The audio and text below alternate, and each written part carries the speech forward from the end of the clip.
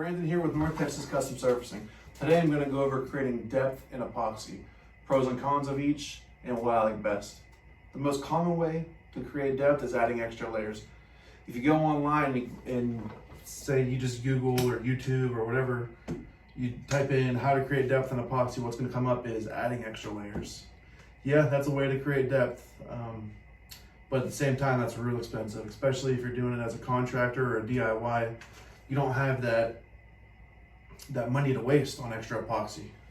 So things you can do is another method is adding in more epoxy. You run into the same issues: cost, air bubbles, and really just issues that you're gonna run into by using too much epoxy at one time. Some people like to use oils. I've used oils in certain areas where I can't get paints or to separate or things to fade, whatever the case may be. I'll use oil-based paints sometimes. Most of the time I'll just end up using just a pure oil in it, and right now it's real hard to do that because you don't have the 91% isopropyl alcohol to clean those areas with. So if you're going to use an oil, make sure you're using a toothpick with it. Some people say they call it Resi Blast, and it's just an oil for resin, for acrylic resin, and you're going to put a drop of it on the back of your gloved hand, and you're going to take the toothpick and you're going to dip it in the oil. And then what I like to do is I like to take that toothpick and then kind of rub it and roll my fingers with it to get just a little bit of the oil in the toothpick. And then what you're going to do is you're going to dab it in the epoxy.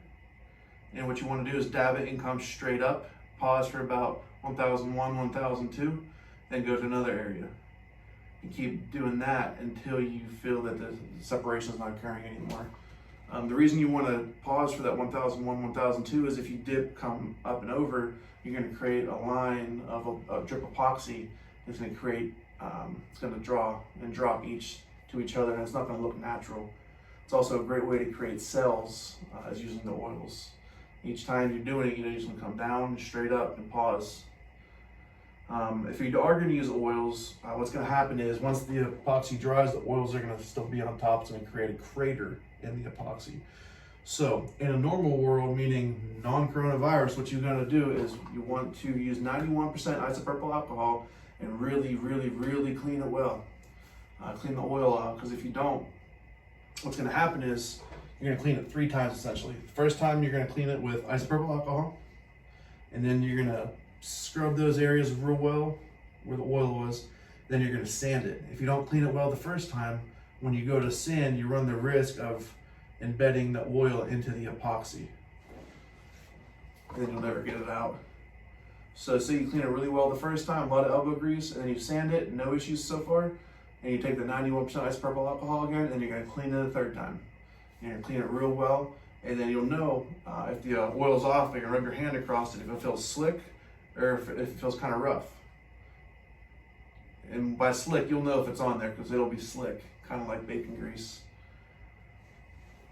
Another way is to draw veins or fracture lines over top of a white metallic. So contrasting colors are always best to do. I like to use white and then a black on top. Most obvious contrasting colors. There's lots of different ways to do it. But when you mix your epoxy, always leave some in the cup. That way you can pour it out and use it for wherever you need to.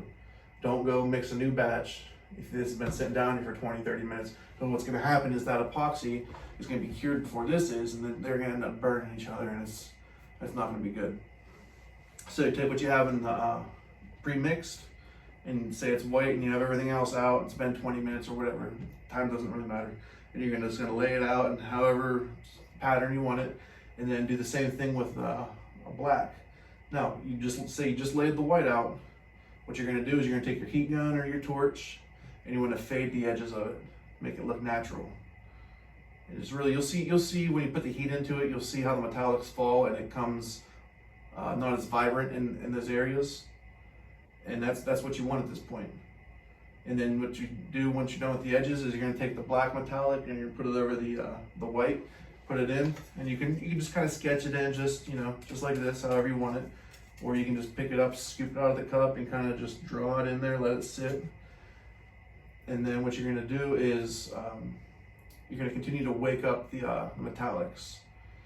Now that goes into my next method, which is my favorite, and it's just going to be continuously waking the metallics up. So the way metallic powders work, you can do metallic powders, which work the best. You can do metallic acrylic paint, and you can do metallic paint. But like I said, metallic powders work the best. It's less diluted of the ones once they're in epoxy. So whichever you go with, acrylic is obviously the cheapest. It's in there, and what you're gonna do is, say you didn't even put the black or the white in, or say you did, it doesn't really matter necessarily, but those areas where you want the veins to be, or the fracture lines, you're just gonna take your paint stick just like this, straight up and down. You're gonna go up and down real fast, kind of like this here, and you're gonna go forward slow. And what you're doing there is you're waking metallics up. Over time, metallics fall to the bottom for several reasons. One, that's just what they do. Two, heat will make them fall to the bottom.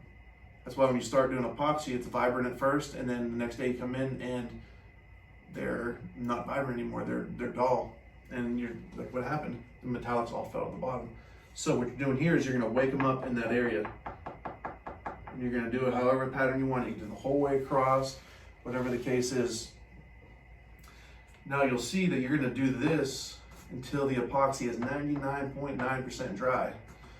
Reason being is the longer you do it like that, the higher the metallic's going to be when they dry, when the epoxy dries. So you're picking up here, but over say on the far edge of the fracture line you're drawing in, those ones are getting woken up as well, but they're not coming to such a high peak as the center is. And that's going to create the illusion of craters, say like the Grand Canyon, or even the moon. And you're just going to keep doing that until it's 99.9% dry, and you'll see it's more of a gummy feel to it when it's ready to go down and fall. So when you're ready to, when you're ready to stop, because when you're down and come back up, what's going to happen is the epoxy is not going to want to fall. It's going to want to stay up to a point, which is how you want it to be. Because over the night, it will fall back down. But that's how you know the epoxy and the metallics are going to dry just the way you need them to. So you can use a paint stick, you can use skewers. There's lots of things you can use. I used skewers when I was making this piece here. And I really love how this turned out because they're so hairline. It looks so beautiful and natural. And the way you draw it in is how it's going to look as well. So make sure you kind of have an idea how you're going to do it before you start doing it. Another way you do it, it's kind of the same thing. RK3 Designs actually posted a video on this a while back. Popsicle stick. Say this is a popsicle stick, and this is how I created this piece here. You have however you did the coloring that you did, and all you're gonna do is you're gonna just take the popsicle stick up and twist, and the little sticky spider veins or whatever you want to call them that come off of there are going to create this look here. And those metallics are going to stay up, and you're going to do that over time, and you're just going to do it any random fashion that you like. You can go real crazy and quick and fast. You can go slow and wide. Just make sure that it looks natural when you're done with it. Because if you're going this way and twisting and twisting and twisting, and then you're kind of doing it just, just gonna make sure it looks natural. Because when it falls, you can see how it'll fall. And it does create a lot of beautiful depth. Another way to do it, the way I created this black piece here, probably just looks like a black blob to y'all. But you just put all metallics in, however you want them to be. You pour out some white, some green, some purple, whatever the case is, in however fashion you like, and you just take your paint stick and you just go to zigzag for a while until you feel it's set there. And then you take a break, come back and say 15-20 minutes, do it again. Come back in another 10 minutes, do it again, until you feel that it's essentially gonna stay the way it is. Do not over mix it, because then you'll have one blob of a color. You won't have the separation. But if you do it right, you'll have a really cool depth and some craters and like essentially like creeks or cricks, depending how you want to say it. Another way is you can use oil-based paints with metallics. It's a great way to create cells as well. I'm going to post a video here in the future on different ways to create cells. So make sure you subscribe to that. Subscribe to us here, give us a like, and follow us on Facebook and Instagram for that video. So my favorite method out of all those are going to be just the hand drawing it in.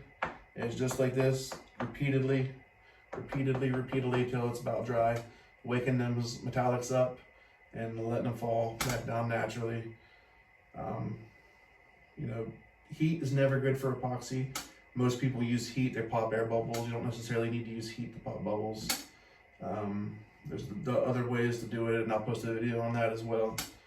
But just make sure that you practice first before you do this as a job, or you practice before you do it for yourself. Because as rewarding as epoxy is, it's also just as terrible if you don't know what you're doing. And then you gotta spend all the money on the epoxy, then you gotta hire somebody to come in and fix it. So if you have any questions, you know, follow us on Facebook or Instagram. Follow us here. Reach out to me, North Texas Custom Surfacing. Send me an email, northtexascustomsurfacing@gmail.com. Let me know your questions, and you know, I'll do what I can to get back to you guys, especially this time we're in. You know, things are going to be getting slow here shortly with this corona. And I really hope you all stay safe, stay clean, stay home. Unless you're essential, then go to work and protect yourself. Gloves, masks. You know, I'm not going to go over all that mess with you guys. But God bless y'all. And I really hope y'all enjoy this video, and I'll talk to y'all soon. I'll see y'all next time. Us here at North Texas Custom Surfacing. God bless y'all.